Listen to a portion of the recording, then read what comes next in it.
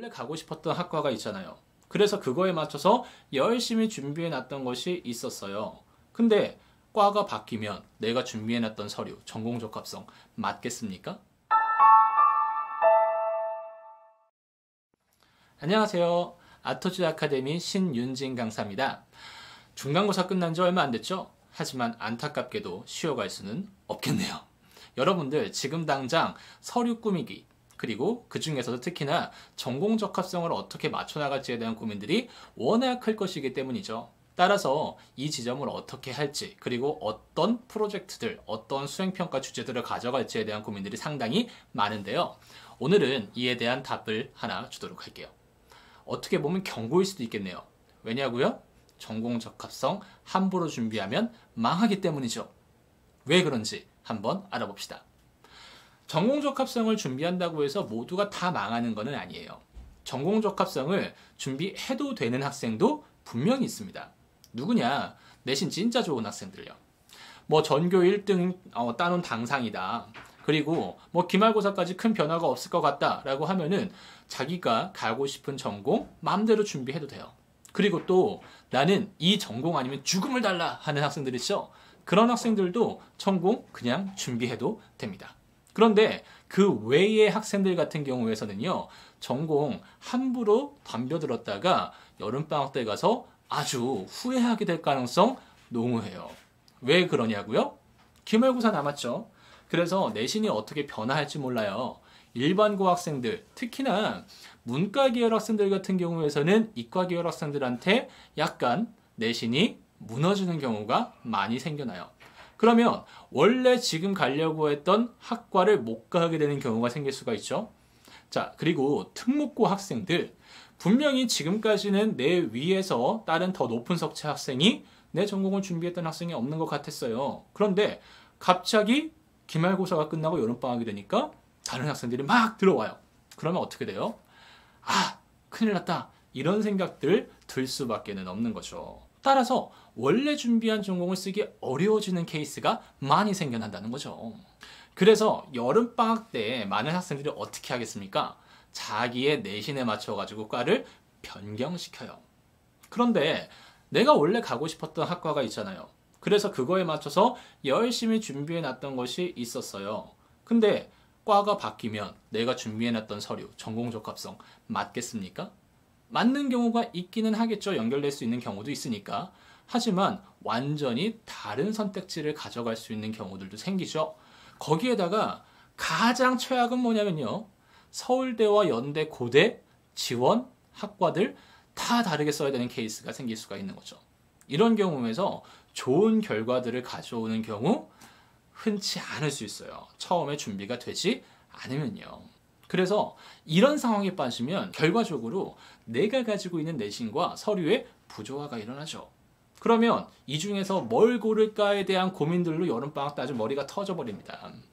따라서 이런 일들이 발생하지 않도록 만들어주는 것들, 그게 지금 5월 달에 전략을 마련할 때 가장 중요한 점이고, 이 점을 고려해서 서울대, 연대, 고대의 지원들을 같이 생각할 필요가 있다. 이게 지금 선생님이 가장 하고 싶었던 이야기다 라고 이야기를 해볼 수가 있을 것 같네요. 거기에다가 심지어 올해는 뭐도 없습니까?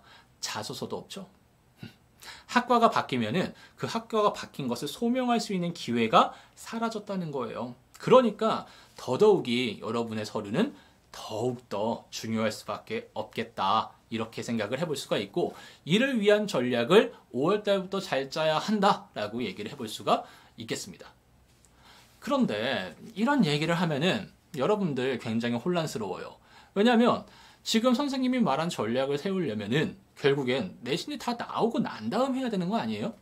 내신이 다 나오고 내가 어느 정도의 학과를 쓸 수 있을지에 대한 고민이 결정이 서게 된다라고 하면은 그에 맞춰서 꾸며야지만 최고의 서류가 나올 수가 있다는 거죠. 그런데 시간은 그렇게 기다려주지 않잖아요. 지금 당장 우리가 해야 될 것들이 있는데 그것들을 위해서 준비를 하는 것과 내신과 일치하지 않을 가능성이 있다.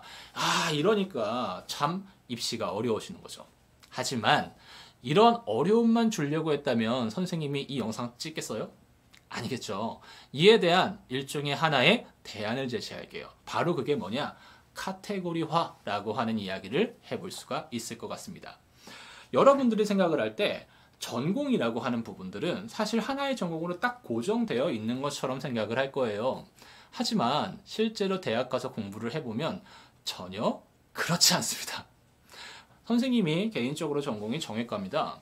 근데 정치학을 공부할 때 학과 교수님들이 가장 많이 했던 이야기가 있어요.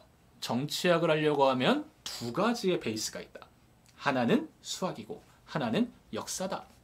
그리고 이 역사와 수학을 모른다라고 하면 여러분들은 정치학을 공부할 자세가 되어 있지 않은 거다. 이 말은 뭡니까? 정치학을 온다고 했을 때 카테고리화를 시킬 수 있는 학과가 사회과학대가 아니라 인문대에서 나올 수가 있다라고 하는 이야기가 되는 것이죠. 지금 선생님은 역사를 이야기를 했지만 철학도 굉장히 좋은 카테고리화 할 수 있는 케이스가 됩니다. 이런 식으로 여러분들이 지금 당장 서류를 준비를 할 때 전공 적합성만 딱 믿고서 그걸로 준비하는 학생들 분명히 필요한 학생들도 있고 그게 나쁜 전략은 아니에요. 하지만 정말로 내가 이 전공에 대한 뜻이 굉장히 강한 학생 혹은 정말로 내가 내신 때문에 다른 선택을 할 필요가 없는 학생 이게 아니라고 하면은 도망갈 수 있는 길은 만들어 놔야 됩니다. 역사상 배수진을 쳐서 성공한 케이스 그다지 없습니다. 배수진도 전략적으로 잘 짜야 돼요. 그러니까 여러분들이 지금 딱 전공을 결정을 해놓고 이거 아니면 안 돼가 아니라 전공 결정을 하더라도 여러 가지의 선택지가 가능한 카테고리에서 주제를 선정해 놓고 그거에 따른 탐구를 진행하는 것을 선생님은 강하게 추천합니다. 그러면 무엇이 가능하느냐? 서울대와 연대와 고대의 종합전형이 하나의 일관된 흐름에서 전략을 만들어갈 수가 있습니다. 심지어 같은 학과가 아니라도 말이죠. 근데 하나 주의할 점. 이런 전략들은 여러분들이 지금까지 만들어왔던 서류가 어떤지에 기반을 해서 제대로 짜야 돼요.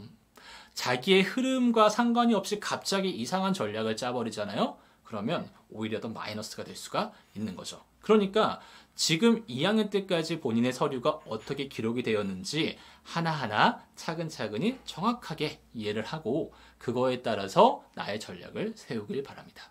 그러면 오늘 할 이야기는 여기까지 하고 마치도록 하겠습니다. 다음번에 서울대와 연대, 고대 이런 학교들의 구체적인 이야기를 가지고 한 번 더 찾아오도록 하죠.